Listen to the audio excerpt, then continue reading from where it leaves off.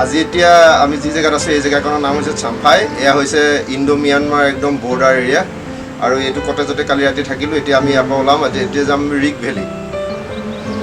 এইটো বাহিৰৰ পৰিৱেশ, এইটো যিটো ৰাস্তা গৈ আছে এইটোৱেই ম্যানমাৰলৈ গৈ আছে এইটো ৰাস্তা। এয়াই আমাৰ কটেজ আছিলে কালি, হোমষ্টে। ধুনীয়াকৈ থাকিলোঁ, একদম নিৰিবিলি, কোনো হুলস্থুল নাই।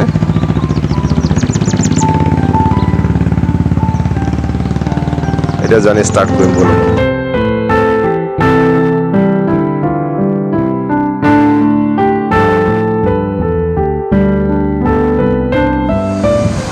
আমি আহি এইখিনিতে অকণ ৰ'লোহি ব্ৰেকফাষ্টৰ কাৰণে। এইটো এটা চক, ইয়াতে ব্ৰেকফাষ্ট কৰিলোঁ এইখন হোটেলতে। পুৰি চব্জি, একদম ঠাণ্ডা, গাড়ী ঘোঁৰা বেছি নাই। এইবিলাক হাইৱে হয় কিন্তু তেওঁ বুলি চক।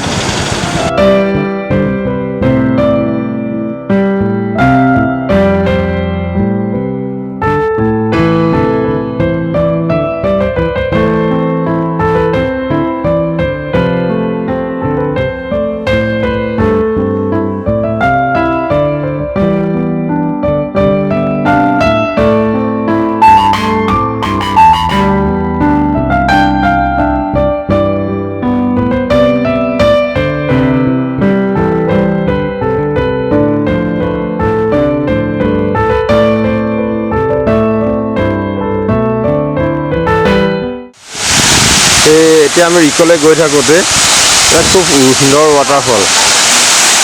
ৰাস্তা বহুত বেয়া, হাবি মাজে মাজে গাঁত।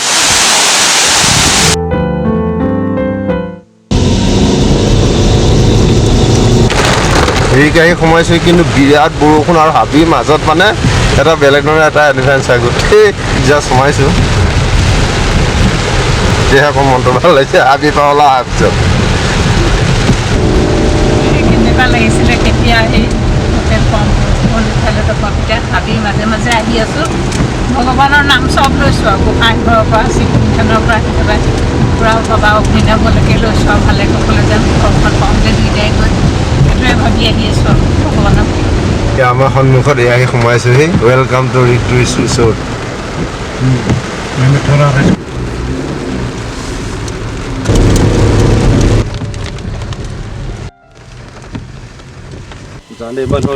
এতিয়া আমি খুব ধুনীয়া ৰাতিপুৱা আহিছোঁ ট্ৰেকিং কৰিবলৈ।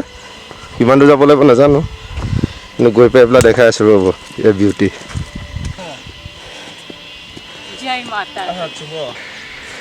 চাওকচোন কি সুন্দৰ লাগিছে। ফোপাই জোপাই বহুত ওপৰলৈ উঠি আহিলোঁ। এই জেগাত মানুহৰ পৰা আঁতৰি গোটেই দিনটো যে ইয়াতে বহি থাকিম। মোৰ বেক চাইডৰ পৰিৱেশটো চাওক, কি সুন্দৰ লাগিছে নহয়। ইয়ালৈ আহোঁতে 2 কিলোমিটাৰমান হাইকিং কৰিলোঁ, ট্ৰেকিং কৰিলোঁ। ফোপাই ফোপনি উঠি আছে এতিয়াও।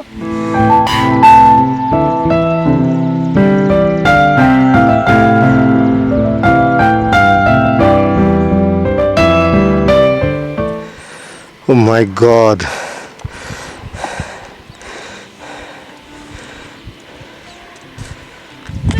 চব না যি জেগাত আহি পালোঁ ভাগৰ যুগৰ চব শেষ। মানে পৰিৱেশ এইপিনে যাবলৈও ভয় লাগে ওচৰলৈ। চবচোন পৰিৱেশটো কিমান ধুনীয়া। ইয়াত চিম্পিও বহুত ফপাই মেলি আহিছিলে, এতিয়া তাইও বহুত এনজয় কৰি আছে ইয়াত। খুব ধুনীয়া এটা পৰিৱেশ, কি ক'ম। এনেকুৱা জেগাত কোনো और नीचे में ले लीजिए आप।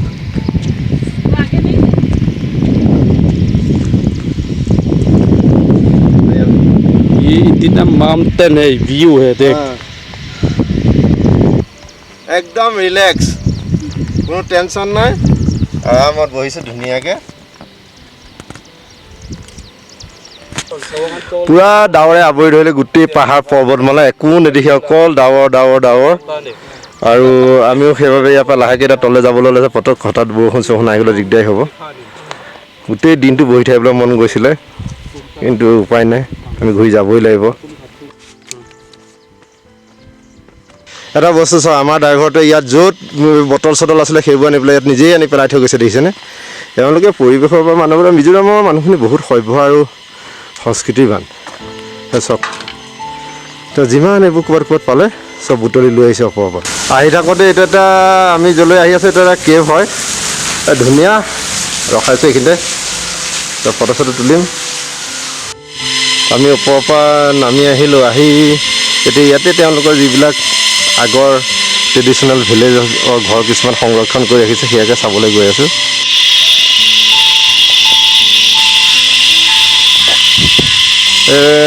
আহি পালোহি কিন্তু কথাটো হ'ল কি যে চকীদাৰ অহা নাই গেটত তলা লগাই থৈছে সেইকে আমিও চাব নোৱাৰিলোঁ আপোনালোককো দেখুৱাব নোৱাৰিলোঁ মিজো ট্ৰাইবছ ইয়াৰ পৰাই অকণ দেখাই যদি পাওঁ দেখাইছোঁ এইবিলাক ঘৰ আগৰ তেওঁলোকৰ কেনেকৈ ৰাখিছিলে এইবিলাক দেখুৱাবৰ কাৰণে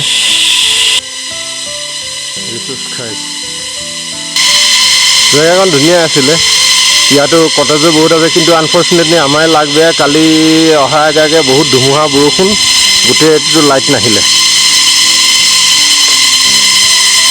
কালি আমি এইটোতে আছিলোঁ এই তলতো কটেজ আছে ইয়াতো কটেজ আছে এতিয়া আমি ৰাতিপুৱা ৰিকৰ যি ওপৰত টপলৈ গ'লোঁ টপলৈ গৈ তাৰ তলৰ যিটো দৃশ্য ন সেইটো নেদেখিলে বুজাব নোৱাৰোঁ এতিয়া আমি আইজল অভিমুখে যাত্ৰা আৰম্ভ কৰিলোঁ ৰাতিপুৱা ইতিমধ্যে আমি গৈ ৰিক পৰ্বতৰ ওপৰত উঠি তাৰ চাৰণিটো চালোঁ সেইটো কেমেৰাত কিমান আহিছিলে আমি দেখুৱাব হয়তো আপোনালোকে বুজি নাপাব কিন্তু চালে চাই থাকি তাৰপৰা আহিবলৈ মন যোৱা নাছিলে কিন্তু আমি উপায় নাই আমাৰ ছুটি শেষ হ'ব হৈ আছে আমি এতিয়া ঘূৰি যাম আজি এতিয়া আমি আইজল যাম কাইলৈ আমি আইজলৰ পৰা গুৱাহাটীলৈ বেক কৰিম ব'লক আইজল অভিমুখে যাত্ৰা কৰোঁ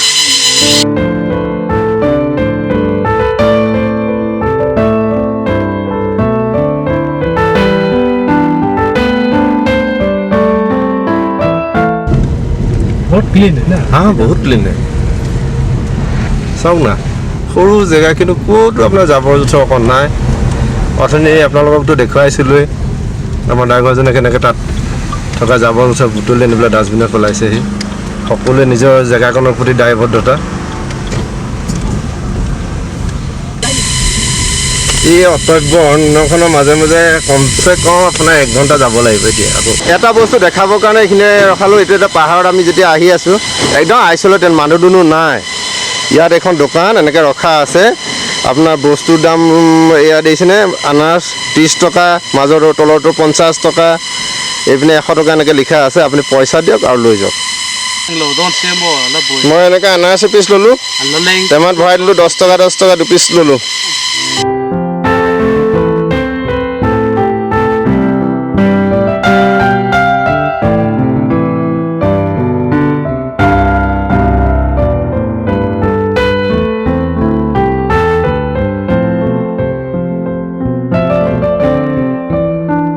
टेम्पल यही है ना सोलोमन टेम्पल চাই আহোঁ ভিতৰত কি আছে এতিয়া যি জেগালৈ এইখন আহিছে এইখন সোলোমন টেম্পল বুলি কয় খুব ধুনীয়া একচুৱেলি এইটো চাৰ্চ হয় নামটোৱে টেম্পল দিয়া আছে ভিতৰত যাওঁ কিমান দূৰ ভিডিঅ'গ্ৰাফী কৰিব পাৰোঁ আপোনালোকক দেখাম ব'লক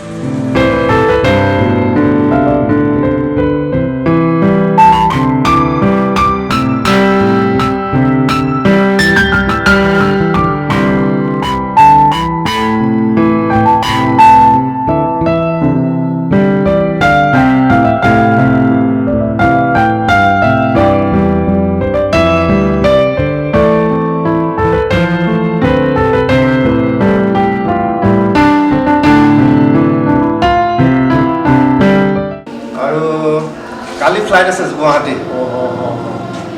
কালি থাকিলোঁ ৰিক তাৰ আগদিনাখন তাৰ আগত চাম্পাই আজি আইজল কালি গুৱাহাটী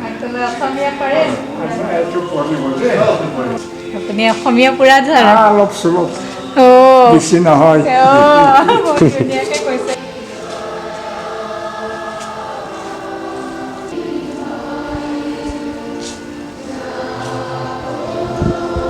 ৰাহুল না कल और कोई हम মজা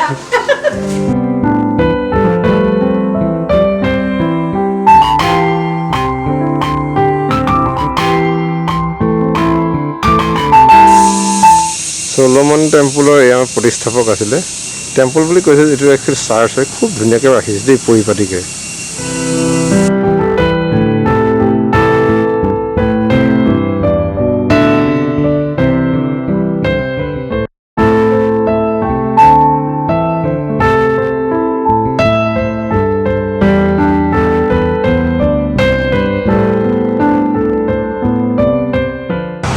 পুৰা ভিৰ কিন্তু এটা কথা মন কৰ ভিৰ যদিও খুব এই যে হৰ্ণ যে নাই ইয়াত একদম শ্ল' কোনো হৰ্ণ নাম্বাৰ একদম চাইলেণ্ট নো অভাৰটেক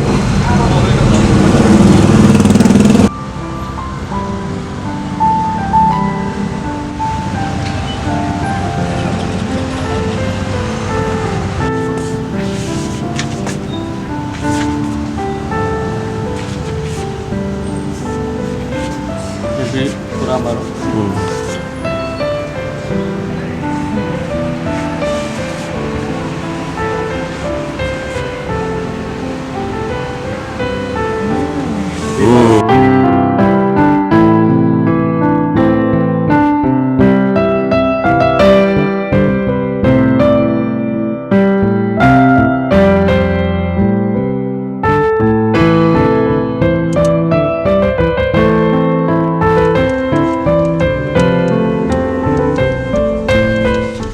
এতিয়া 6:15 আছে বৰ্তমান উপস্থিত আছোঁ আইজল পিক এতিয়া আজি বহুত বতৰটো বেয়া 4টা বজাৰ পৰা ধাৰাসাৰ বৰষুণ দি দিলে এইপিনে একোৱে নেদেখে গোটেই ডাৱৰ আৱৰি আছে তেওঁ চাওঁ কি হয় যে চাওঁচোন ওপৰত পুৰা বাদল লাগে হা